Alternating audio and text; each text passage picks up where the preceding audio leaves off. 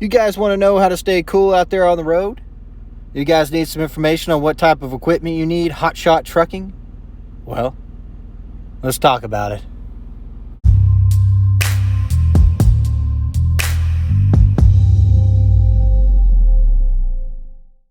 Hey guys, it's Garrett back with another video. In this video I want to cover the equipment I use out on the road as a Hotshot, as well as the AC unit I use out on the road to keep cool during the summer. My previous video that I uploaded about my Hotshot setup, people seem to enjoy. So I'll go into more detail about the unit and how well it's been performing, as well as some functions that it is capable of doing to keep you comfortable with it hooked up and running. All these items I have with me to perform the job effectively you may not need, or you may have. But I just want to go over it for people that are jumping into this industry that need some knowledge on what equipment is required. So as you already know, I have a Chevy Silverado 3500 LT and a Big Tex 3XGN to run Hotshot. Now you may think to yourself why I have a 3XGN or even a Chevy Silverado 3500 LT rather than a Ram 3500, Ford F350, or a 16GN or a 25GN.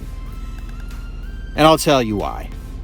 You definitely don't need a 3XGN trailer or something comparable with dual 15K axles, and something with 12K or less, depending on how you run Hotshot, will be just fine. But I have a CDL, and a 3XGN works well for me in my situation.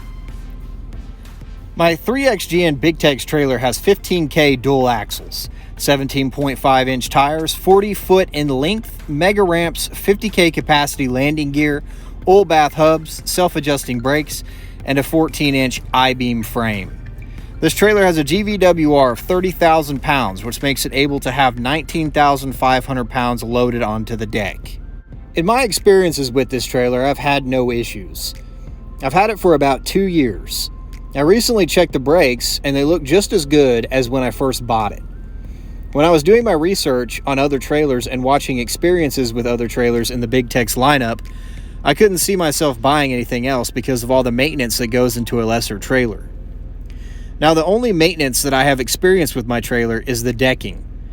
I've had bolts that hold the wood down to the cross members break and would have to re-bolt the wood down. But other than that, no major issues.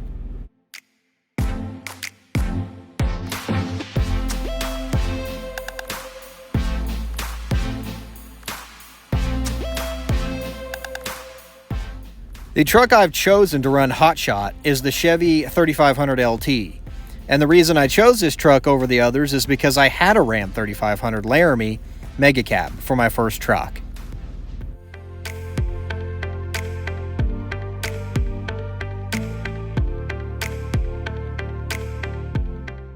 The Ram really didn't meet my expectations, and I thought to myself that the transmission was going to go out at any moment in time. When I bought the Ram, the shifting seemed off, and I took it in for a checkup, and the shop just told me that's what the transmission is supposed to do. The transmission would also jolt me around when shifting, coming off a grade or going up a grade. So let's just make a long story short.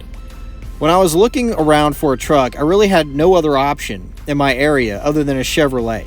I couldn't find a Ford at the particular time. But let me tell you, the Allison transmission shifts like a dream.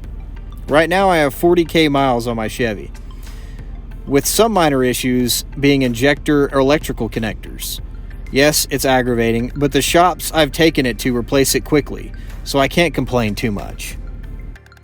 As far as equipment, I have 15 2-inch 30-foot straps with 15 2-inch ratchets. I also have 20 edge protectors, and I also have a Ryobi power tool set, which includes a drill, circular saw, reciprocating saw, impact driver, and flashlight. I have some batteries for my power tools, 18 volt. I have a box of miscellaneous items. I have some crowbars. I have an earthquake impact. I have a 12-ton bottle jack, a grease gun, some wrenches, pipe wrench, tape measure, heat gun, crescent wrenches, and my 6 5/16 chains.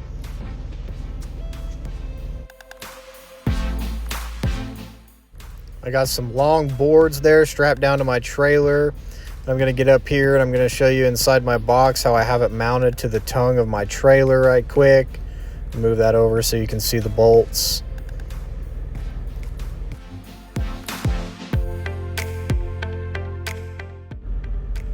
Okay, I'm just going to give you an overview of all my tools right quick. I'm going to jump down here and I'm going to show you my ratchet binders. They are 5/16 by 3/8. I have 6 of those.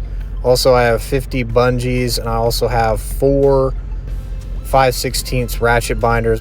I'm going to show you up underneath the tongue of my trailer at my boxes right quick.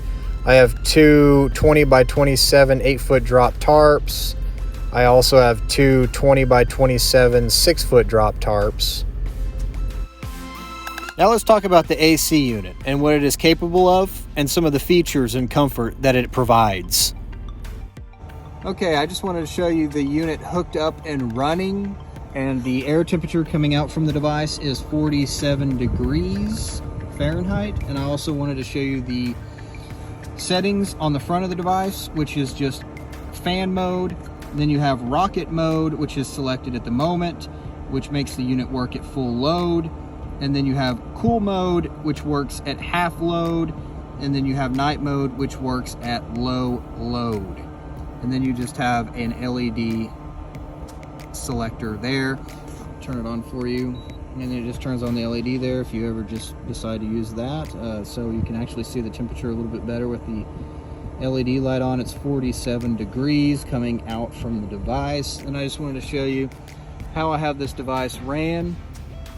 The ducking there into my fabricated piece of foam with the 2 hole cutouts, and how I have the cord ran into my extension that is routed to my generator on the outside of the truck on top of my trailer there. And then also I wanted to show you the routing of the condensation tube in the back. I have it ran inside a water jug there. It's a gallon water jug.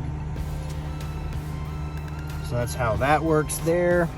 And then also, if you decide to, you can actually use this piece here, this piece that is also included, and then you can actually stick that inside here and then basically direct the air wherever you'd like to, either directly on you or away from you, however you choose.